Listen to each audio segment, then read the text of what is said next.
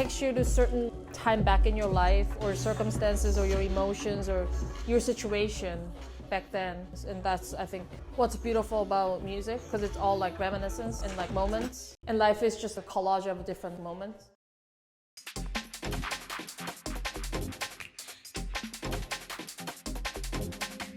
I go through phases. Sometimes like I have to go through programming and a lot of like post-production or editing. Another like approach of a live set that I do is I layer all different types of like drum machines and samplers and synthesizer and sync them, convey a better storyline with that. Like different machines have like a very different storylines, right? So it's like whatever works you for that moment. I feel like I go through like different like relationships with different machines. Yeah, and just like keeping that initial interest by like dabbing in different type of method of making music. Could be like listening to vinyl and sampling, and it could be like TR-8S and like 808, 909, like really experimenting with what you have.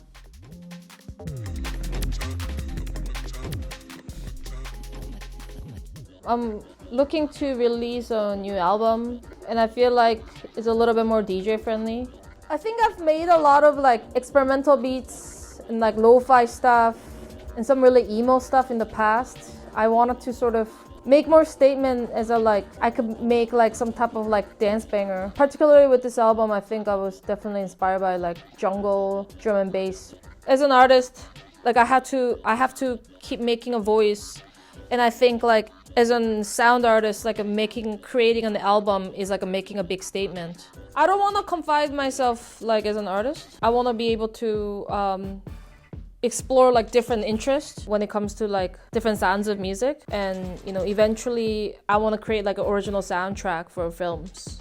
I've done like one short film work with this Korean producer actor.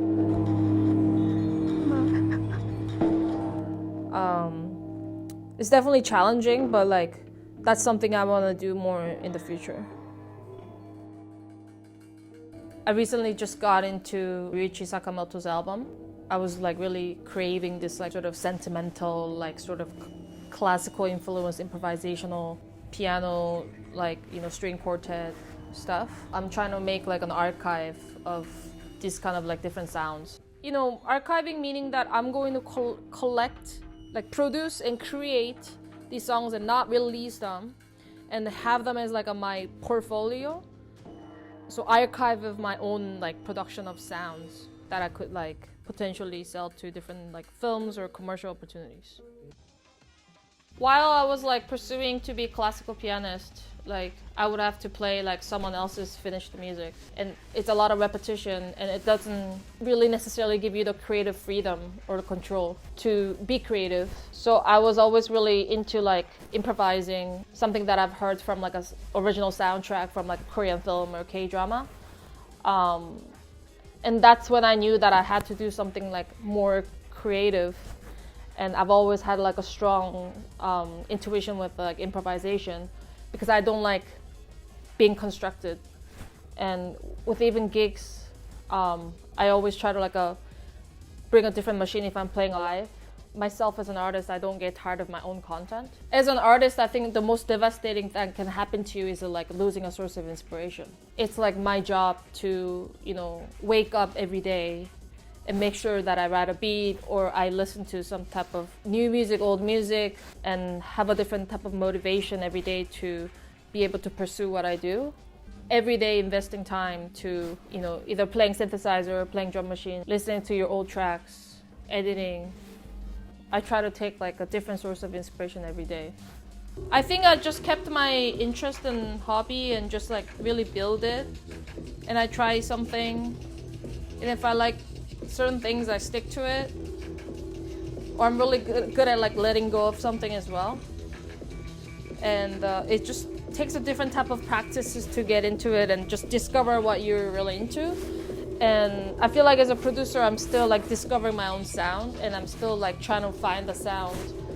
And that could be taking inspiration from all the other sorts of creative motives I have.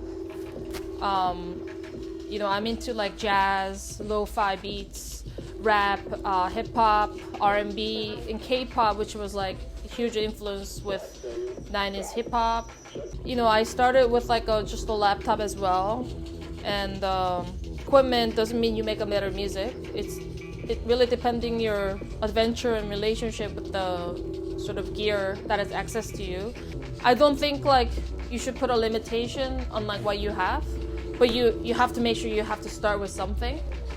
It really depends on what type of sound you want to adventure, but I'd say like a laptop and a software is a pretty good start. When people ask me what is your core relationship with your K-pop and your music, I'm not making conventional K-pop. However, it does have some sort of like characteristic, like the modern like post-production and how clean everything sounds with like side chains and all that, like, you know, like, you know what I mean?